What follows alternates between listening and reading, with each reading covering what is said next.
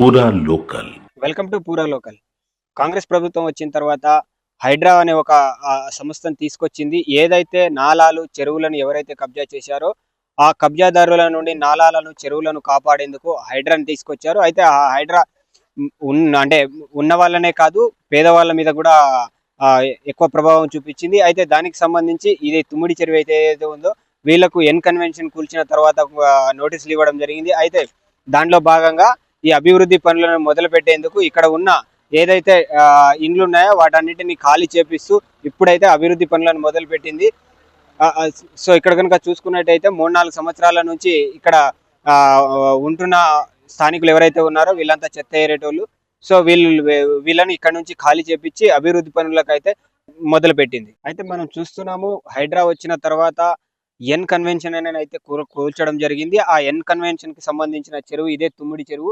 అయితే ఈ తుమ్మిడి చెరువు నుంచి వెనకాలకి తీసుకపోతే అక్కడ కూల్చేసింది మనకు కనబడతా ఉంది. అయితే అదే ఎన్ కన్వెన్షన్ నుంచి కొంచెం పైకి చూసుకుంటా ఉంటే మనకి ఇటు కొన్ని గుడిసెలు కనబడతా ఉంటాయి. ఈ గుడిసెలు ఏవైతే ఉన్నాయో ఈ గుడిసెలలో చెత్త ఏరుకునే వారు బ్రతుకుతున్నారు. వాళ్ళ బ్రతుకు జీవనం సాగించడం కోసం చెత్త ఏరుకుంటూ బ్రతుకుతున్నారు. అయితే వీటికి ఎన్ కన్వెన్షన్ కూల్చిన తర్వాత ఇక్కడ ఉన్న ఈ గుడిసెలు అయితే ఏవైతే ఉన్నాయో ఈ గుడిసెలకు హైడ్రా మళ్ళీ నోటీసులు జారీ చేసి అయితే హైడ్రా నోటీసులు ఎప్పుడైతే వచ్చినాయో వచ్చిన తర్వాత ఈ గుడిసెలన్నీ తీసేయండి అని రావడంతో ఇక్కడ ఉన్న 3-4 సంవత్సరాల నుంచి బతుకుతున్న వాళ్ళైతే భయాందోళనకు గురవుతున్నారు. భయాందోళనకు గురై కొంతమంది ఇక్కడ నుంచి గుడిసెలు తీసుకొని దాని కొంచెం పైన కొంచెం ప్లేస్ ఉన్న కాడ ప్లేస్ ఏదైతే ఉందో ఆ ప్లేస్లలో అయితే వాళ్ళు చిన్న చిన్న వాటిని నిర్మించుకోవడం అయితే జరుగుతూ ఉంది. అయితే మనం ఇక్కడ కనుక చూసుకున్నట్టయితే ఈ వృత్తిలో ఉన్న వాళ్ళు చెత్త ఏరుకొని వాళ్ళ సాధారణమైన జీవితాన్ని వాళ్ళు కొనసాగిస్తున్నారు.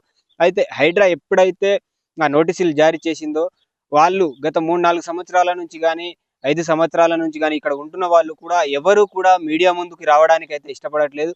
ఎందుకంటే హైడ్రా ఏదైతే ఆ నోటీసులు జారీ చేసిందో మరి ఇక్కడ ఉన్న స్థలాన్ని కూడా మమ్మల్ని ఉండనీయకుండా తీసేస్తారేమో అనే భయంతో ఇక్కడ వాళ్ళు అయితే మీడియా ముందుకు రావడానికి కూడా ఇష్టపడతలేరు. అయితే మరి ఇది కనుక చూసుకున్నట్లయితే మరి ఈ గతంలో ఇది ఉండకపోయేది. గత బీఆర్ఎస్ ప్రభుత్వం ఉన్నప్పుడు ఇలాంటి హైడ్రా లాంటి ఏమి ఉండకపోయేది. కానీ ఇప్పుడు ఈ హైడ్రా వచ్చి సాధారణ జనాలను ఇబ్బంది పెడుతున్నట్టుగా వాళ్ళు చెప్తా ఉన్నారు. అయితే ఈ ఏదైతే ఇప్పుడు హైడ్రా నోటీసులు ఇచ్చిందో మా లాంటి వాళ్లకు మేము రోడ్ల మీద బతికే పరిస్థితి తీసుకొచ్చారు హైడ్రా. అయితే ఈ కాంగ్రెస్ గవర్నమెంట్ వచ్చి చాలా వరకు అయితే అందరి పేదవాళ్ళను చాలా వరకు నష్టాల్లో కూరుకుపోయేలా చేస్తుంది. అయితే వాళ్ళకు బ్రతుకు తెరువు కూడా ఇవ్వలేని పరిస్థితిలో ఉందన్నట్టుగా ఇక్కడ ఉన్న వాళ్ళు చెప్తా ఉన్నారు. అయితే మనం ఇక్కడ కనుక చూసుకున్నట్టయితే చిన్న వాళ్ళదే కాదు పెద్ద వాళ్ళది కూడా కూల్చడం జరిగింది అనేది కూడా చెప్పుకొచ్చారు హైదరాబాద్. అయితే అది చూసుకున్నట్టయితే ఏదైతే తుమ్మిడి చెరువు ఉందో తుమ్మిడి చెరువు పైన అంటే పై సైడ్ కు ఏదైతే ఉందో ఈ చిన్న గుడిసెలు వాళ్ళు ఏదో చెత్త అవి ఏరుకొని వాళ్ళ సొంతంగా వాళ్ళు ఏదైనా అదే జీవనోపాధిగా బతుకుతున్న వాళ్ళను ఈ హైడ్రా ఇంత దారుణంగా వాళ్ళను ఖాళీ చేపించి బయటికి పంపించడం అనేది మేము ఎక్కడికి వెళ్ళి బతకాలి ఎలా బతకాలి అనేది వాళ్ళైతే బాధలో ఉన్నారు.